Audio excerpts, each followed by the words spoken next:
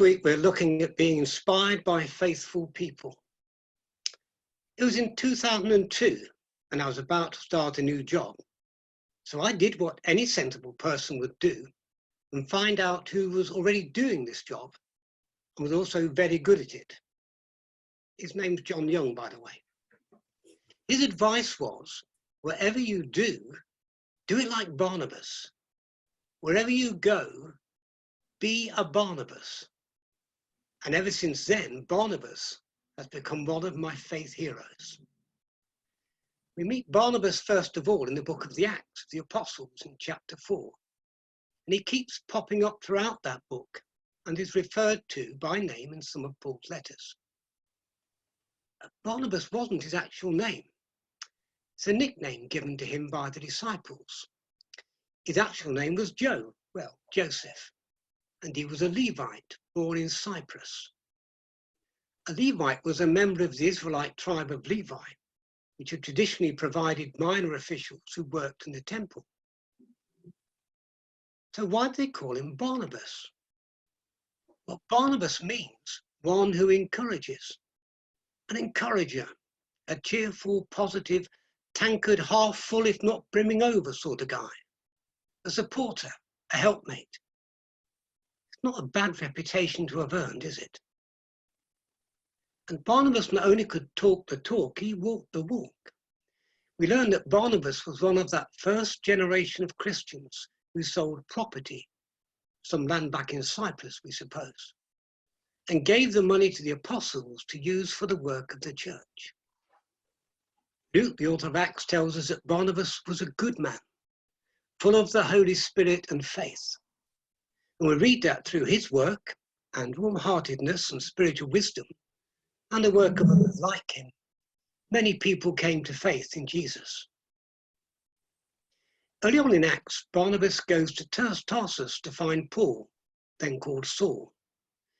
And it is Barnabas who introduces and defends Saul to the leaders of the church in Jerusalem. The early church had every reason to be nervous of Saul. He spent some considerable time persecuting and arresting Christians, many of whom were put to death. In Acts 11, we read that Barnabas takes Saul to Antioch, which is now in modern-day Syria. They stayed a whole year, says Luke, and they taught a substantial crowd. And it was in Antioch, by the way, that the followers of Jesus are given the nickname Christians for the first time. It was not meant as a compliment. And it is Saul who accompanies Barnabas on the first missionary journey. Interestingly, Luke early doors always writes about Barnabas and Paul. But as the book progresses, Luke then refers to Paul and Barnabas. Paul takes centre stage, and Barnabas, while still working hard and with some success, is seen as a lesser player. Now, Paul and Barnabas have their disagreements. Luke does not gloss over imperfection. It's never about status or fame. And whenever Paul mentions Barnabas in his letters to the churches, his words always imply friendship and respect. Hey, they even shared prison cells together. For me, Barnabas is a good example of what following Jesus looked like in practice back then and should look like today. He was committed. He was happy to part with his money and his time and his abilities to the work of the church. He was not perfect, but he was determined to serve his Lord. And above all, his nickname tells us he was an encourager. They're not just cheering from the sidelines, but very much in the field of play.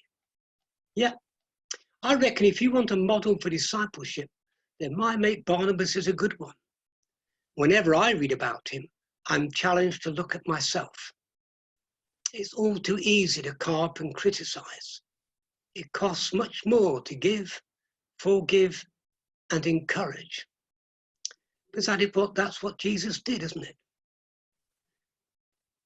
Today's May the 11th, and Barnabas's feast day is June the 11th. So why not be a bit of a Barnabas for a month and see how that fits and how that works for you?